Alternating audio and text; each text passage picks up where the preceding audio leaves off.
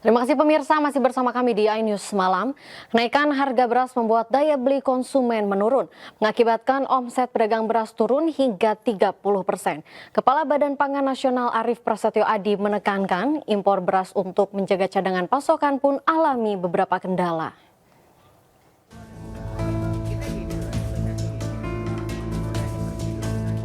Kenaikan harga beras berbagai jenis masih terpantau di Pasar Tomang, Jakarta Barat.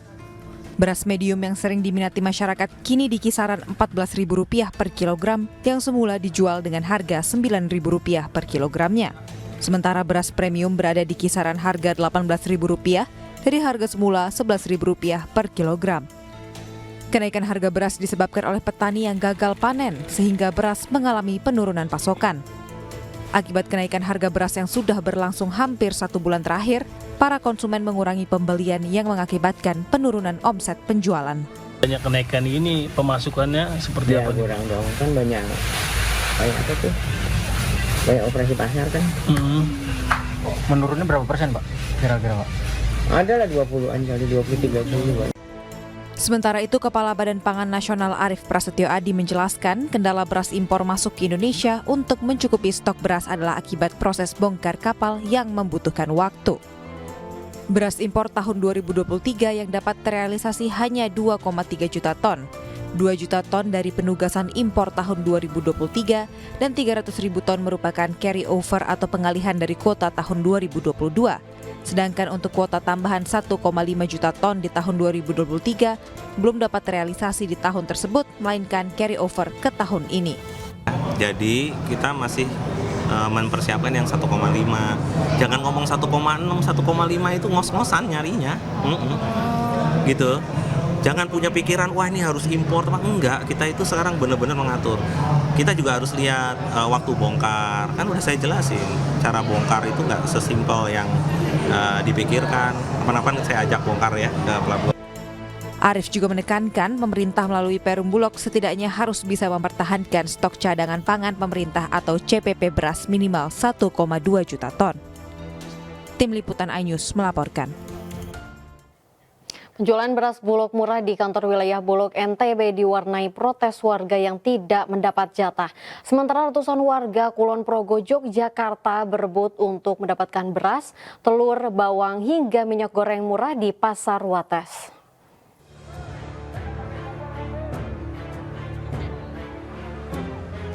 Mahalnya harga beras di pasaran yang mencapai Rp20.000 per kilogram membuat Perum Bulog NTB menggelar pasar murah di halaman Bulog.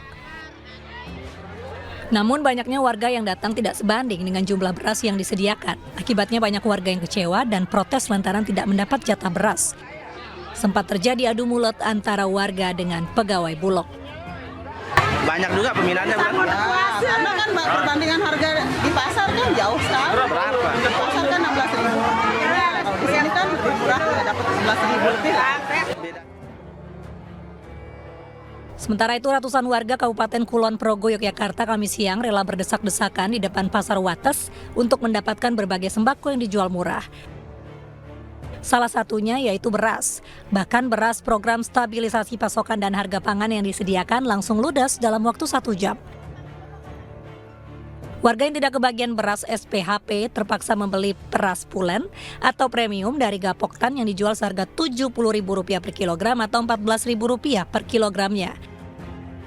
Diharapkan dengan operasi pasar ini dapat meringankan beban masyarakat di tengah harga kebutuhan pokok yang masih melambung jelang Ramadan. Tim Liputan iNews melaporkan. KRI Sultan Iskandar Muda 367 dan helikopter Panther HS-1303 mengikuti latihan bersama Sipaes MNI Milan 2024 di perairan Teluk Benggala, India. Kegiatan ini diikuti 36 kapal perang dan 1 pesawat udara dari berbagai negara.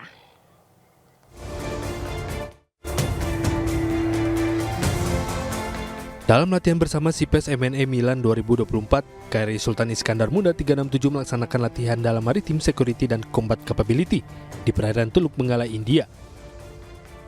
Dalam kegiatan ini, Sipaes MNI Milan 2024 diikuti 36 kapal perang dan 1 pesawat dari berbagai negara. Selain itu, latihan tersebut terdiri dari berbagai serial, yaitu live firing gun dengan sasaran udara drone dan sasaran permukaan killer tomato. Air Defense Exercise dengan 4 pesawat fighter India sebagai simulasi musuh. Combined Anti-Submarine Exercise bersama dengan kapal selam India. Replenishment at Sea Approach Hello Cross Deck Landing and Photo Exercise. Latmas Sipes MNE Milan 2024 memberikan apresiasi kepada KRI Sultan Iskandar 367 dan helikopter Panther HS-1303 atas penampilan yang impresif yang ditunjukkan selama latihan. Keberhasilan KRI Sultan Iskandar 367 dan helikopter Panther HS-1303 dalam Latmas Sipes MNE Milan 2024 merupakan wujud nyata dalam meningkatkan profesionalisme TNI Angkatan Laut. Tim Liputan iNews melaporkan.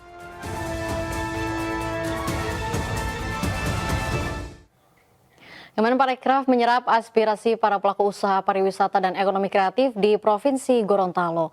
Mereka didorong untuk terus berkreasi dan berinovasi dalam meningkatkan jumlah kunjungan wisatawan domestik dan juga mancanegara.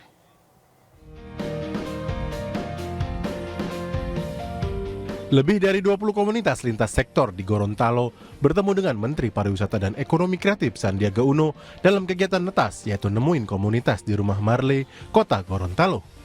Anggota komunitas yang didominasi oleh para milenial ini menyampaikan harapan mereka agar infrastruktur di destinasi wisata ditingkatkan dan terhubung dengan pusat-pusat ekonomi. Kita ingin mendengar langsung dari komunitas dan ada lebih dari 20 perwakilan komunitas dari lintas sektor, anak-anak muda, Gen Z, dan milenial, mulai dari peningkatan destinasi, juga bagaimana infrastruktur dibangun sehingga destinasi terhubung dengan pusat-pusat ekonomi. Dalam kunjungan ke Gorontalo, Sandiaga juga meluncurkan Karisma Event Nusantara dan Calendar of Event Gorontalo 2024 di Aula Bank Indonesia Perwakilan Gorontalo. Sandi mendorong pariwisata dan ekonomi kreatif di Gorontalo untuk bergerak cepat bersama dan garap semua potensi agar ekonomi bertumbuh dan lapangan pekerjaan terbuka lebar. Dari Gorontalo, Faradila Alim, iNews melaporkan. KPU menggelar rapat pleno terbuka rekapitulasi perhitungan perolehan suara pemilu 2024 secara nasional. Tetaplah bersama kami di iNews Malam.